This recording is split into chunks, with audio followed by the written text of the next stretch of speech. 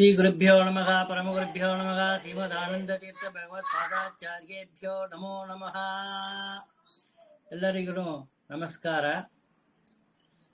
ಇವತ್ತಿನ ದಿನ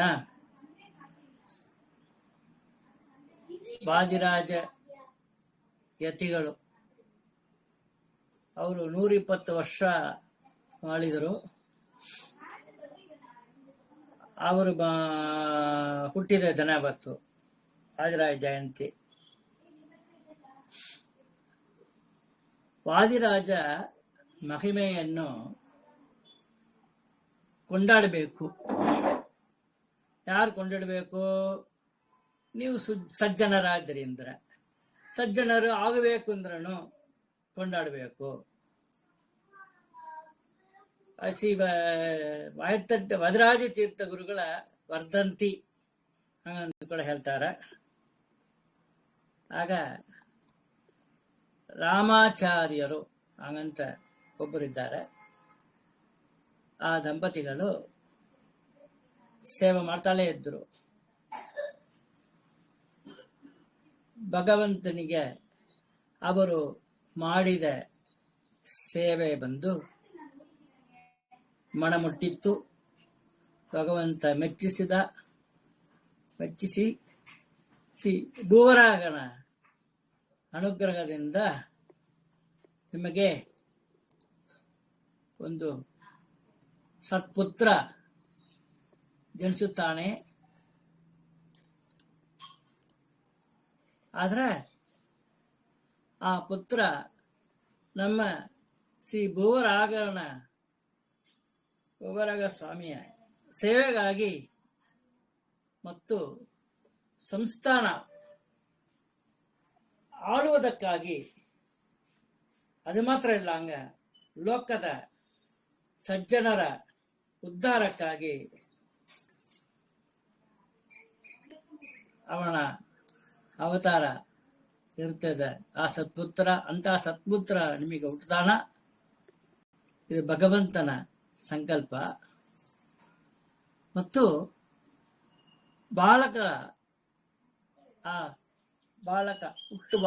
ಹುಟ್ಟುವಾಗ ಭೂಸ್ಪರ್ಶವಾಗದಂತೆ ತಂದು ನಮಗೆ ಒಪ್ಪಿಸಬೇಕು ಹಂಗಂತ ಹೇಳ್ತಾರೆ. ಶ್ರೀ ವಾಗೀಶ ತೀರ್ಥರು ಗುರುಗಳ ಬಾಯಿಂದ ಬಂದ ಈ ಮಾತನ್ನು ಕೇಳಿ ದಂಪತಿಗಳಿಗೆ ಮಾತೇ ಬರಲ್ಲ. ಅವರಿಗೆ ಪುತ್ರ ಜನನವಾಗಬೇಕೆಂದು ದಂಪತಿಗಳು ಮಾಡದ ವ್ರತಗಳೇ ಇಲ್ಲ. ದೇವರಿಗೆ 1,00,000 ಆಭರಣ ಮಾಡಿಸುವೆ ಹಾಗಂತೂ ಅಂದುಕೊಂಡು ಹರಕೆ ಮಾಡಿದರು. ಆ ಹರಕೆ ಮಾಡಿದ್ದು ಇದಕ್ಕಾಗಿಯೇ, ಇಂತಹ ಸತ್ಪುತ್ರರನ್ನ ಪಡೆಯುವುದಕ್ಕಾಗಿಯೇ. ಅಯ್ಯೋ ವಿಧಿಯೇ, ಕೈಗೆ ಬಂದ ತುತ್ತು ಬಾಯಿಗೆ ಬರದಂತೆ ಆಯ್ತಲ್ಲ. ಎಷ್ಟಿದ್ರೆ ತಪಸ್ ಮಾಡ್ತಾ ಇದ್ದೇವೆ, ಎಷ್ಟಿದ್ರೆ ಸೇವೆ ಮಾಡ್ತಾ ಇದ್ದೇವೆ, ಒಂದು ಮಗು ಬೇಕು ಅಂತ ಹೇಳ್ಬಿಟ್ಟು ವಿಧಿ ಹೀಗೆ ಇದಲ್ಲ ಹಾಗಂತ ಹೇಳ್ಬಿಟ್ಟು ಯೋಚನೆ ಮಾಡ್ತಾರೆ. ಪುತ್ರ ಜನನವಾಗುತ್ತದೆ ಎಂದು ಸಂತೋಷ ಪಡಬೇಕು, ಅಥವಾ ಜನಿಸಿದ ಪುತ್ರನನ್ನು ಮಠಕ್ಕೆ ವಾಗೀಶ ತೀರ್ಥರಲ್ಲಿ ಒಪ್ಪಿಸಬೇಕಲ್ಲ ಹಾಗಂತ ದುಃಖ ಪಡಬೇಕು ಹಾಗಂತ ಯೋಚನೆ ಮಾಡ್ತಾರ, ಚಿಂತನೆ ಮಾಡ್ತಾ ಇದ್ದಾರೆ. ಒಂದು ತಿಳಿಯದೆ ಮನದೊಳಗಡೆ ಈ ರೀತಿ ವಿಚಾರ ಮಾಡುತ್ತಾ ಕುಳಿತಿರುವ ಆ ದಂಪತಿಗಳ ಮನಸ್ಸಿನ ಭಾವನೆಗಳನ್ನು ತಿಳಿದ ಜ್ಞಾನಿಗಳಾದ ಶ್ರೀ ವಾಗೀಶ ತೀರ್ಥ ಗುರುಗಳು ಹೇಳ್ತಾರೆ, ರಾಮಾಚಾರ್ಯರೇ, ಏಕೆ ಅಷ್ಟು ಚಿಂತೆ ಮಾಡಿದ್ದೀರಿ? ಒಂದು ಕೆಲಸ ಮಾಡುವ ನಿಮ್ಮ ಮಗ ನಿಮ್ಮ ಮನೆಯ ಒಳಗಡೆ ಜನಿಸಿದರೆ ನಿಮಗೇ ಸೇರಿದ್ದು.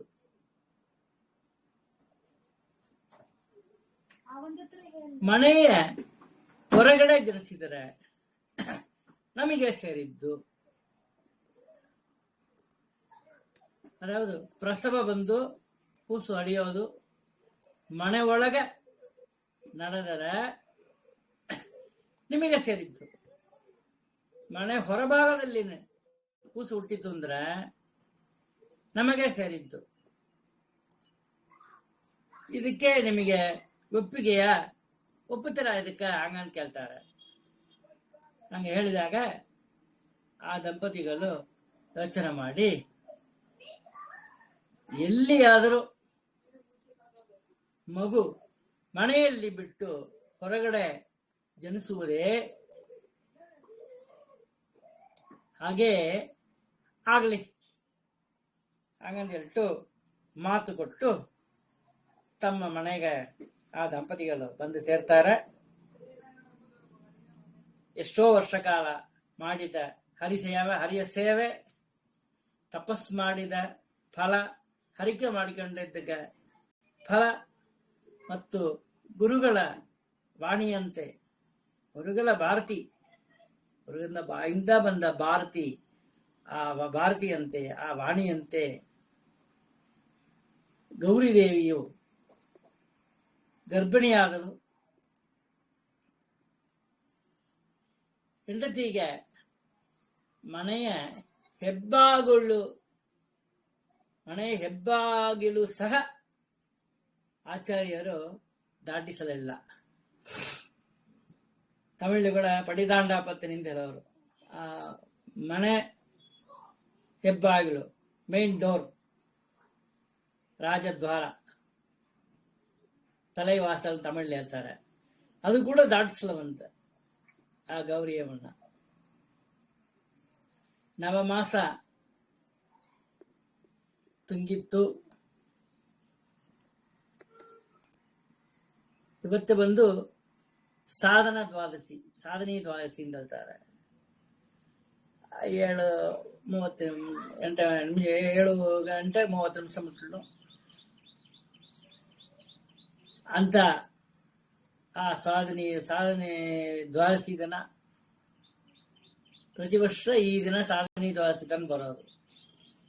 ಮಾಘ ಮಾಸದ ಶುಕ್ಲ ಪಕ್ಷದ ದ್ವಾದಶಿಯ ದಿನದಂದು ಬೇಗನೆ ಪೂಜಾದಿಗಳನ್ನೆಲ್ಲ ಮುಗಿಸಿ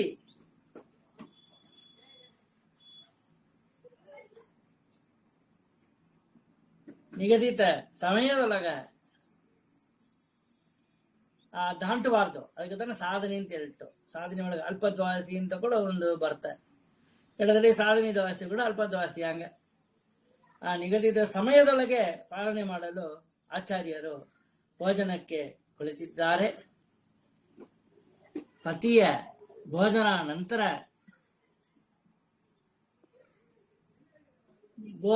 ಭೋಜನ ಪದ್ಧತಿ ಗೌರಿದೇವಿಯದು. ಹೆಣ್ಣು ಮಕ್ಕಳು ಬಂದು ಗಂಡ ಊಟ ಮಾಡಿದ ಮೇಲೆ ಊಟ ಮಾಡಬೇಕು, ಅದು ಧರ್ಮಶಾಸ್ತ್ರ. ಹೀಗಿರುವಾಗ ಅವರ ಮನೆಯ ಮುಂದೆ ಬೆಳೆದು ನಿಂತ ಗದ್ದೆಯಲ್ಲಿ, ಹಾಗಲ್ಲ ಎಲ್ಲಿಯಾರು ಒಂದು ಮನೆ ಇರೋದು, ಗದ್ದೆಯಲ್ಲೇ ಮನೆ ಕಟ್ಕೊಂಡಿದ್ದಾರೆ. ಆ ಗದ್ದೆಯಲ್ಲಿ ಪೈರನ್ನು ತಿನ್ನಲು ಒಂದು ಆಕಳು ಕರುವಿನ ಸಮೇತ ಬಂದಿದೆ. ಬಂದು ಇದನ್ನ ತಿನ್ನಕ್ಕೋಸ್ಕರ ಗೌರಿ ದೇವಿಯು ನೋಡ್ತಾ ಅದನ್ನ ಪತಿಗೆ ಹೇಳ್ತಾರೆ, ಇರುವ ಸ್ವಲ್ಪ ಬೇಳೆಗಳನ್ನು ತಿನ್ನಲು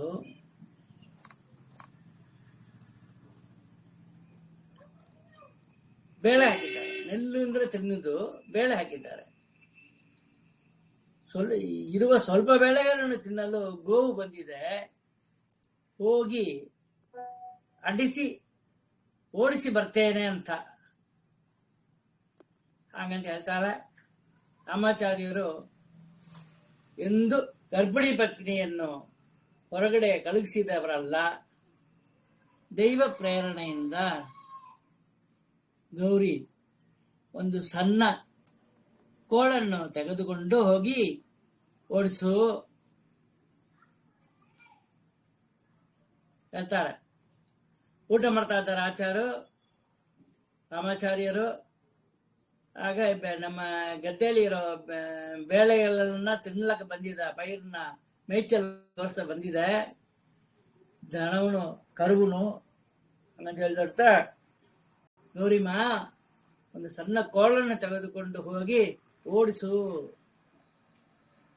ತುಂಬಾ ದೂರ ಹೋಗಬೇಡ, ಬೇಗನೆ ಪಾರಣಿ ಮುಗಿಸಿ ಬರ್ತೇನೆ ಅಂತ ಹೇಳ್ತಾರೆ. ಅದರಂತೆ ಸಣ್ಣ ಕೋಳನ್ನು ತೆಗೆದುಕೊಂಡು ಆಕಳನ್ನು ಓಡಿಸಲು ಬಂದಾಗ ಅದು ತಕ್ಷಣ ಮಾಯವಾಗುತ್ತದೆ. ಆ ದನನು ಕರುವನು ಮಾಯವಾಯಿತು. ಇದ್ದಕ್ಕಿದ್ದಂತೆ ಪ್ರಸವವಾಗುವ ಸೂಚನೆ ಕಾಣುತ್ತವೆ. ಹಾಗೆ ಒಂದು ಕಡೆ ಕುಳಿತಾಗ ಶ್ರೀ ವಾಗೀಶ ಗುರುಗಳ ಆಜ್ಞೆಯಂತೆ ಸ್ತ್ರೀಯರು ಪ್ರಸವ ಮಾಡಿಸಲು ಅಲ್ಲಿ ಬಂದಿರುತ್ತಾರೆ.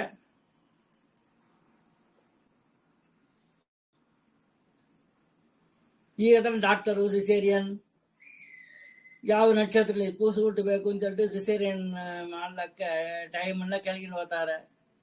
ಆಚಾರ್ಯ ನಂಗೆ ಸರಿಯಾದ ಡೇಟ್ ಸಮಯ ಹೇಳಿ ಒಳ್ಳೆ ಇದು ಮಾಡ್ತಾರೆ ಅಂತ ಹೇಳ್ಬಿಟ್ಟು ಹಂಗಂತ ಹೇಳ್ಬಿಟ್ಟು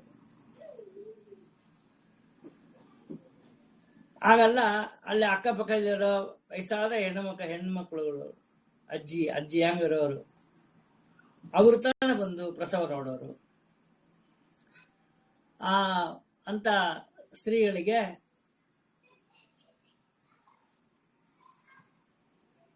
ಆಜ್ಞೆ ಮಾಡ್ತಾರೆ ವಾಗೀಶ ಗುರುಗಳು. ಅವರ ವಾಗೀಶ ಆಜ್ಞೆಯನ್ನು ಗತಿಗಳಾದ ವಾಗೀಶ ತೀರ್ಥರ ಆಜ್ಞೆಯನ್ನು ಪರಿಪಾಲಿಸಬೇಕು ಹಾಗಂತ ಹೇಳಿಟ್ಟು ಆ ಪ್ರಸವ ಮಾಡಿಸುವ ಆ ಸ್ತ್ರೀಯರು ಅಲ್ಲಿ ಬಂದಿರುತ್ತಾರೆ. ಗೌರಿದೇವಿಯು ಯಾವುದೇ ಪ್ರಸವ ವೇದನೆ ಇಲ್ಲದೆ ಸುಂದರವಾದ 32 ಲಕ್ಷಣ ಭರಿತವಾದ ಮಗುವೊಂದಕ್ಕೆ ಜನ್ಮವಿತ್ತಲು. ಕೂಸು ಹುಟ್ಟುತ್ತೆ. ಅಂದು ಆ ಕೂಸನ ಹಂಗೆ ವಾಗೀಶ ತೀರ್ಥರು ಬಂದು ಒಂದು ಬಂಗಾರ ತಟ್ಟೆ ಒಂದು ಕೊಟ್ಟು ಕಳಿಸ್ತಾರೆ. ಭೂಸ್ಪರ್ಶ ಆಗಬಾರ್ದು ಹಂಗಂತ ಹೇಳಿಟ್ಟು ಪುಣ್ಯ ಆ ತಟ್ಟೆಯಲ್ಲಿ ಆ ಕೂಸನ ಇದು ಮಾಡ್ತಾರೆ, ಹಡಿತಾಳೆ ಗೌರಿದೇವಿ. ಅಂದು ಮಾಘ ಶುದ್ಧ ದ್ವಾದಶಿ ಲಾತವ್ಯ ನಾಮಕ ರುಚಿಗಳಾದ ಶ್ರೀ ವಾದಿರಾಜರು ಅವತರಿಸಿದ ಸುದಿನ. ಅವರೇ ನಮ್ಮ ಇಂದಿನ ಕಥಾ ನಾಯಕರು. ಇದು ಯಾವುದು ರಾಮಾಚಾರ್ಯರಿಗೆ ತಿಳಿಯದು. ಬೇಗನೆ ಬಂದು ನೋಡುತ್ತಾರೆ. ಗೌರಿದೇವಿಯು ಗಂಡು ಮಗುವಿಗೆ ಜನ್ಮ ಕೊಟ್ಟಿದ್ದಾಳೆ. ಜನಿಸಿದ ಮಗು ಭೂಸ್ಪರ್ಶವಾಗದೆ ಚಿನ್ನದ ಹರಿವಾಣದಲ್ಲಿ ಮೋರ ಅಂತ ಹೇಳುವ, ಹರಿವಾಣದ ಮೋರ ಅಂತ ಹೇಳುವ, ತಮಿಳ್ಲಿ ಮುರಂ. ಭೂಸ್ಪರ್ಶನೇ ಆಗಲಾಂಗ ಚಿನ್ನದ ಬಂಗಾರದ ಹರಿವಾಣದಲ್ಲಿ ಆ ಸ್ತ್ರೀಯರ ಕೈಯಲ್ಲಿ ಇದೆ. ತಾಯಿ ನೀನೆಂತಹ ಪುಣ್ಯವತಿ. ಶ್ರೀ ವಾಗೀಶ ತೀರ್ಥ ಗುರುಗಳು ತಮ್ಮ ದಿವ್ಯ ಜ್ಞಾನದಿಂದ ವಿಷಯವನ್ನು ತಿಳಿದು ನಮಗೆ ಮೊದಲು ಇಲ್ಲಿ ಕಳುಹಿಸಿದರು ಅಂತ ಆ ಬಂದ ಹೆಣ್ಣು ಮಕ್ಕಳು ಹೇಳಿ ಶುದ್ಧ ಸ್ನಾನವನ್ನು ಮಗುವಿಗೆ ಮಾಡಿಸಿ ಪಲ್ಲಕ್ಕಿ ಒಳಗಡೆ ಚಿನ್ನದ ಹರಿವಾಣ ಸಮೇತವಾಗಿ ಮಗುವನ್ನು ಕರೆದುಕೊಂಡು ಗುರುಗಳ ಬಳಿ ಬರ್ತಾರೆ. ಇತ್ತ ಇನ್ನೊಂದು ಪಲ್ಲಕ್ಕಿಯಲ್ಲಿ ಗೌರಿ ದೇವಿಯನ್ನು ಮನೆಗೆ ತಲುಪಿಸುವರು. ಗೌರಿ ದೇವಿಗೂ ಒಂದು ಪಲ್ಲಕ್ಕಿ, ಅದನ್ನ ಪ್ರಸವ ಆಗಿದೆ, ನಡಿಲಕ್ಕ ಮುಡಿದು, ಅದಕ್ಕೋಸ್ಕರ ಅವಳಿಗೂ ಒಂದು ಪಲ್ಲಕ್ಕಿ ಕೊಟ್ಟು ಕಳಿಸಿ. ಒಂದು ಪಲ್ಲಕ್ಕಿ ಮಗುವಿಗೆ, ಇನ್ನೊಂದು ಚಿಕ್ಕ ಪಲ್ಲಕ್ಕಿ, ಅದರಲ್ಲಿ ಬಂಗಾರದ ಹರಿವಾಣದಲ್ಲಿ ಆ ಕೂಸು ಮಲಗಿಸಿ ಅದನ್ನು ಕರ್ಕೊಂಡು ಹೊಂಟೋದ್ರು. ಇನ್ನೂ ಒಂದು ದೊಡ್ಡ ಪಲ್ಲಕ್ಕಿ ಬಂತು. ಆ ಪಲ್ಲಕ್ಕಿಯಲ್ಲಿ ಗೌರಿ ದೇವಿಯನ್ನು ಈ ಹೆಣ್ಣು ಮಕ್ಕಳು, ಪ್ರಸವನೊಳಗೆ ಬಂದ ಹೆಣ್ಣು ಮಕ್ಕಳು ಹತ್ತಿ ಏರಿಸಿ ತೂಕಿ ಕೂಡಿಸಿ ಅವ್ರ ಮನೆಯಲ್ಲಿ ತಗೊಂಡು ಸೇರಿಸಿದ್ರು. ನಂತರ ಗುರುಗಳು ರಾಮಾಚಾರ್ಯರನ್ನು ಕರೆದು, ನೋಡಿದರ ಮಗು ನಿಮಗೆ ಸೇರಬೇಕು ಎಂದು ಗರ್ಭಿಣಿಯಾದ ನಿಮ್ಮ ಪತ್ನಿಯನ್ನು ಮನೆ ಹೊರಗಡೆ ಸಹ ಕಳುಹಿಸಿದ ಹಾಗೆ ಪ್ರಯತ್ನ ಮಾಡಿದಿರಿ. ಆದರೂ ಭಗವಂತನ ಸಂಕಲ್ಪ, ಅದರಂತೆ ನಿಮ್ಮ ಪತ್ನಿಗೆ ಗದ್ದೆಯಲ್ಲಿ ಪ್ರಸವವಾಗುವಂತೆ ಆಯಿತು. ಇವನು ನಿಮ್ಮ ಮಗನಲ್ಲ, ಶ್ರೀ ಭೂವರಾಗ ದೇವರ ಮಗ, ನಮಗೆ ಒಪ್ಪಿಸುವೀರಾ ಹಾಗಂತ ಕೇಳ್ತಾರೆ. ನಂತರ ಪುತ್ರ ವಾತ್ಸಲ್ಯವನ್ನು ತೊರೆದು ಗುರುಗಳಿಗೆ ಆ ದಂಪತಿಗಳು ಇಬ್ಬರು ಮಗುವನ್ನು ಸಮರ್ಪಣೆ ಮಾಡಿದರು. ಶ್ರೀ ವಾಗೀಶ ತೀರ್ಥ ಗುರುಗಳು ನಂತರ ಆ ಮಗುವಿಗೆ ಭೂವರಾಹ ಎಂದು ನಾಮಕರಣ ಮಾಡಲು ಹೇಳಿ,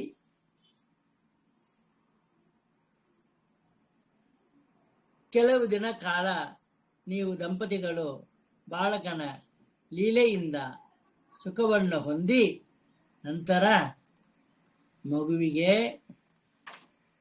ಮಾಡಬೇಕಾದ ಜಾತಕರ್ಮಗಳನ್ನು, ನಾಮಕರಣ ಜಾತಕರ್ಮಗಳನ್ನು ಮಾಡಿ 5 ವರ್ಷದ ನಂತರ ನಮಗೆ ಒಪ್ಪಿಸಿ ಎಂದು ಹೇಳಿ, ನಿತ್ಯವೂ ಶ್ರೀ ಭೂವರಾಹ ದೇವರಿಗೆ ಅಭಿಷೇಕ ಮಾಡಿದ ಗೋಕ್ಷೀರವನ್ನು ಮಗುವಿಗೆ ಕಳಿಸುತ್ತಾ ಇದ್ದರು. ಆ ದೇವರಿಗೆ ಅಭಿಷೇಕ ಮಾಡಿದ ಭೂವರಾಗ ಸ್ವಾಮಿಗೆ,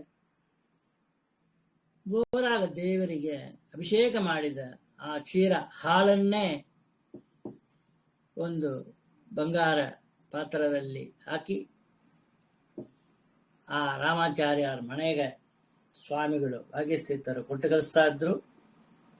ಹೀಗೆ ನಮ್ಮ ಶ್ರೀ ವಾದಿರಾಜ ತೀರ್ಥ ಗುರುಗಳ ಜನನದ ವೃತ್ತಾಂತವನ್ನು ನನಗೆ ತಿಳಿದಷ್ಟು ಒಪ್ಪಿಸುವ ಒಂದು ಪುಟ್ಟ ಪ್ರಯತ್ನ. ಶ್ರೀ ವಾದಿರಾಜ ತೀರ್ಥ ಗುರುಗಳ ಅಂತರ್ಯಾಮಿಯಾದ ಆ ಶ್ರೀ ಹಯವದನನು ಪ್ರೀತಿಯಾಗಲಿ ಇದರಿಂದ ಹಂಗಂತೇಳಿಟ್ಟು ಪ್ರಾರ್ಥನೆ ಮಾಡ್ತೇವೆ. ಶ್ರೀ ಕೃಷ್ಣಾರ್ಪಣಮಸ್ತು. ಹನುಮೇಶ ನಮ್ಮ ಶ್ರೀ ವಿಜಯ ವಿಠ್ಠಲ ತಾನು ಮುನಿವಾದಿರಾಜರ ಸಾಮಾನ್ಯ ಎಂದು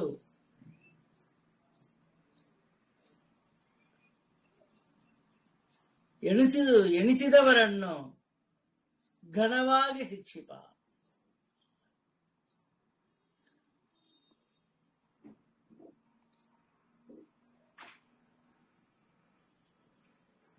ಶ್ರೀ ಕಪಿಲಾಯ ನಮಃ.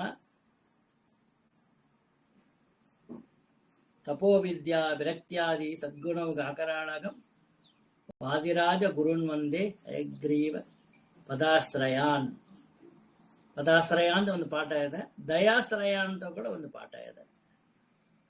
ಯಾವುದು ಬೇಕಾದ್ರೆ ಹೇಳಬಾರ್ದು. ವಾದಿರಾಜರು ಇದು ಮಾತ್ರ ಇಲ್ಲ, ಯುಕ್ತಿ ಮಲ್ಲಿಗ ಅಂತ ಒಂದು ಗ್ರಂಥ ಮಾಡಿದ್ದಾರೆ. ಯುಕ್ತಿಗಳು 5 ಭಾಗಗಳು ಅಲ್ಲಿ ಇದೆ.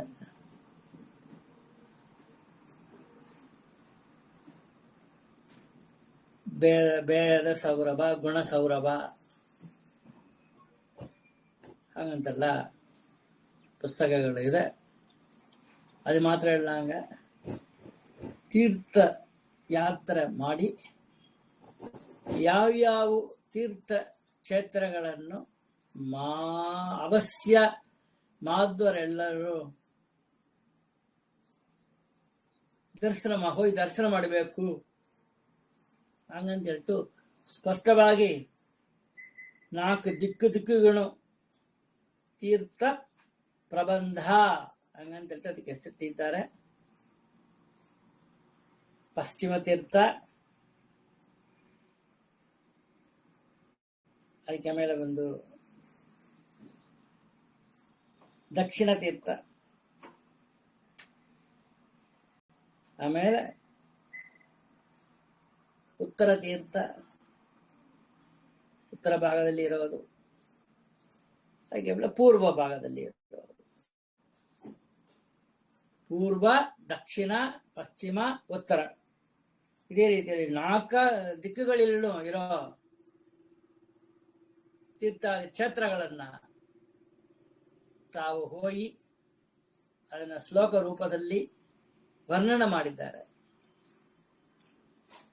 ಬಹಳ ಚೆನ್ನಾಗಿರ್ತಾರೆ. ಅರ್ಥಾತ್ ಇಲ್ಲೆಲ್ಲ ವಾದರಾಜ್ಯರು ಹೋಗಿ ಆ ದೇವರನ್ನ ಕೊಂಡಾಡಿದ್ದಾರೆಯೋ, ಆ ಕ್ಷೇತ್ರವನ್ನು ಕೊಂಡಾಡಿದ್ದಾರೆಯೋ ಅದೆಲ್ಲದಕ್ಕೂ ನಾವು ಅವಶ್ಯ ಹೋಗುವುದು. ಇತರ ತೀರ್ಥಕ್ಷೇತ್ರಗಳಿಗೆ ನಾವು ಹೋಗೋದು ಅಷ್ಟು ಉಚಿತವಲ್ಲ ಅಂತ ಹೇಳ್ತು. ಉದಾಹರಣೆಗೆ ಇವಾಗ ಬಂದು ರುದ್ರದೇವರೇ ಬಂದು ಕೇದಾರನಾಥ್ಗೆ ಯಾರು ವೈಷ್ಣವರು ಬಂದರೆ ನೀವು ಎಗುತ್ತು ಬರ್ತೀರಿಯೋ ಅಗುತ್ತು ಮುಟ್ಲು ಪಡೆದ ಜ್ಞಾನ, ಗುರುಮುಖವಾಗಿ ಪಡೆದ ಜ್ಞಾನವೇ ತಿರಸ್ಕಾರ ಇಡುತ್ತೆ, ನಾಶ ಆಗಿಬಿಡುತ್ತೆ ಅಂತ ಹೇಳಿದ್ದಾರೆ. ಆಗ ನಮ್ಮ ಮಾಧುರ ಸಂಪ್ರದಾಯದಲ್ಲಿ ಬದ್ರಿ ಯಾತ್ರೆ ಉಂಟು, ಕೇದಾರನಾಥ್ ಯಾತ್ರೆ ನಮಗೆ ಇಲ್ಲ. ಯಾಕಂದ್ರೆ ರುದ್ರದೇವರೇ ಈ ಮಾತನ್ನ ಹೇಳಿದ್ದರಿಂದ ನಾವು ಹೋಗಬೇಕಾದ ಅವಶ್ಯಕತೆ ಇಲ್ಲ ಹಂಗಂತ ತಿಳಿಬೇಕು. ಅಸ್ಮದ್ ಗುರುವಂತರ್ಗತ ಭಾರತೀಯ ಮುಖ್ಯ ಪ್ರಾಣಾಂತರ್ಗತ ವಾದಿರಾಜ ಗುರು ಅಸ್ಮದ್ ಗುರುವಂತರ್ಗತ ವಾದಿರಾಜ ಗುರುವಂತರ್ಗತ ಭಾರತೀಯ ಮುಖ್ಯ ಪ್ರಾಣಾಂತರ್ಗತ ಶ್ರೀ ಲಕ್ಷ್ಮೀ ವೆಂಕಟೇಶ ಪ್ರಿಯತ ಸರ್ವಂ ಶ್ರೀ ಕೃಷ್ಣಾರ್ಪಣಮಸ್ತು. ಅವಶ್ಯ ಕೇಳಿ. ಈತನ ದಿನ ಈ ವಾದಿರಾಜರ ಜನ್ಮ ದಿವಸ ವರ್ಧಂತಿ, ಅವತ್ತು ಅವರ ಚರಿತ್ರೆಯನ್ನು ಕೇಳಿದರೆ ನಮಗೆ ಪುಣ್ಯ ಸಿಕ್ಕುತ್ತೆ. ಅವಶ್ಯ ಕೇಳ್ರಿ. ಎಷ್ಟು ಬಂದ್ರಿಗೆ ಬೇಕಾದ್ರೆ ಶೇರ್ ಮಾಡ್ರಿ. No copyright problem. ನನ್ನ ಸಬ್ಸ್ಕ್ರೈಬ್ಗೆ ಶೇರ್ ಮಾಡಿ ಸಬ್ಸ್ಕ್ರೈಬ್ ಮಾಡು ಅಂತ ಹೇಳ್ರಿ. ನಾನು ಕೃಷ್ಣಾಚಾರ್ ಮಾಧ್ವ ಜ್ಯೋತಿಷ್ಯ. ಸುಮಾರು 3 ಲಕ್ಷ ಜಾತಕಗಳ ಮೇಲೆ ನಾನು ನೋಡಿದ್ದೇನೆ. ಯಾರಿಗಾರು ಜಾತಕ ನೋಡಬೇಕು, ಆ ಜಾತಕ ಮುಟ್ಟಿಕೊಟ್ರೆ 6 ತಿಂಗಳಿನಲ್ಲಿ ಮದುವೆ ಆಗುತ್ತೆ. ಶ್ರೀನಿವಾಸ ಕಲ್ಯಾಣ ಮಾಡಿ ಇಡ್ತೇನೆ ನಾನು. ನಮ್ಮ ಮನೆಯಲ್ಲಿ ಸಾಲಗ್ರಾಮದಲ್ಲಿ ಸಂಖ್ಯೆ ಚಕ್ರ ಗದಾ ಪದ್ಮ ಕೂಡ ಸಾಲಿಗ್ರಾಮ ರೂಪದಲ್ಲಿ ಶಿಲಾ ಇಷ್ಟಿರುತ್ತೆ, 2.5 ಇಂಚು. ಅದನ್ನು ತಗೊಂಡು ಬಂದು ಶ್ರೀನಿವಾಸ ಕಲ್ಯಾಣ ನಿಮ್ಮ ಮನೆಯಲ್ಲಿ ಮಾಡ್ರಿ. ಮಾಡ್ತಾನೆ ಅಂತ ಸಂಕಲ್ಪ ಮಾಡಿದ್ರವೇ ನಿಶ್ಚಯ ಇಡೋದು. ಆಮೇಲೆ ದಂಡಿಯ ಬಂದ್ರೆ ಈಗ ನಿಶ್ಚಯ ಇದೆ. ಒಬ್ರು 1-2 ವರ್ಷ ಬರ್ತಾ ಇದ್ರು ನನ್ನ ಜಾತಕ, ಒಂದನೇ ಚಟ ಅಂತಾರೆ. ಈ ದೇವ್ರನ್ನ ತಗೊಂಡೋಗಿ ಶ್ರೀನಿವಾಸ ಕಲ್ಯಾಣ ಮಾಡಿ ನಿಮ್ಮ ಮನೆಯಲ್ಲಿ ಹಂಗೆ ತಿಳಿದೆ. ನಾನೇ ಬಂದು 3 ತಾಳಿ ಕೊಟ್ಟು, ಕಾಲು ಉಂಗುರ, ಮೆಟ್ಟಿ, ಹಾಗೆ ಗೊಲುಸು ಎಲ್ಲ ಇಟ್ಟಿದ್ದಾನೆ. ಅಮ್ಮ ಲಕ್ಷ್ಮೀ ದೇವಿ ಮುಖ ಇಟ್ಟಿದ್ದಾನೆ. ಪರಮಲಕ್ಷ್ಮಿ ದೇವ ಪೂಜೆಗೋಸ್ಕರ ಮಾಡಿದ್ದ ಲಕ್ಷ್ಮೀ ಮುಖ ತಗೊಂಡು ಬಂದು, ಲಕ್ಷ್ಮೀ ಪದ್ಮಾವತಿ ಎಲ್ಲ ಒಂದೇ ತಗೊಂಡು ಬಂದು ನಿಮ್ಮ ಮನೆಯಲ್ಲಿ ಮಾಡ್ತಾನೆ. ಜಾಸ್ತಿ ಒಂದು ಖರ್ಚಿಲ್ಲ ನಿಮಗೆ. ನಂಗೆ 100 ರೂಪಾಯಿ ಕೊಡ್ರಿ ಸಾಕು, ಜಾಸ್ತಿ ಬೇಡ. ತಕ್ಷಣ ಕಾಸು ತುಂಬಿದ ನನ್ನ ಹತ್ರ. ಏನು ಮಾಡತ್ತಲ್ಲ ಕಾಸಿನ ಇಟ್ಟಿಂದ ರೋಗ ಬಿಡಿಸ್ತಾ ಇದೆ.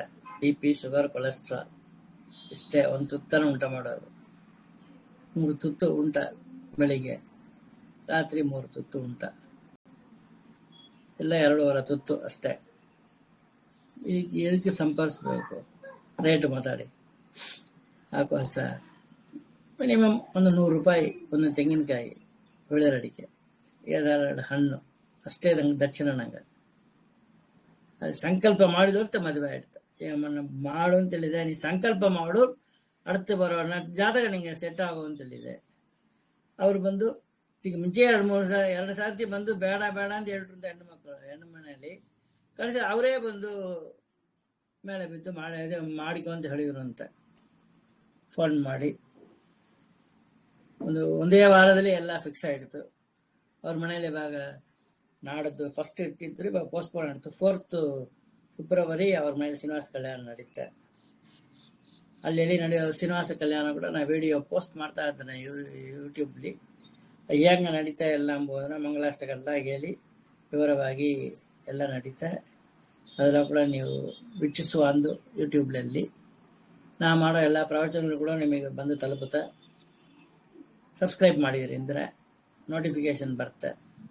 ಅವಶ್ಯ ಸಬ್ಸ್ಕ್ರೈಬ್ ಮಾಡಿ. ಯಾರಿಗಾನ ಜಾತಕ ಮುಟ್ಟಿ ಕೊಟ್ಟೆ ಅಂದ್ರೆ 6 ತಿಂಗಳಲ್ಲಿ ಲಗ್ನ ಆಗಿಬಿಡೋದು.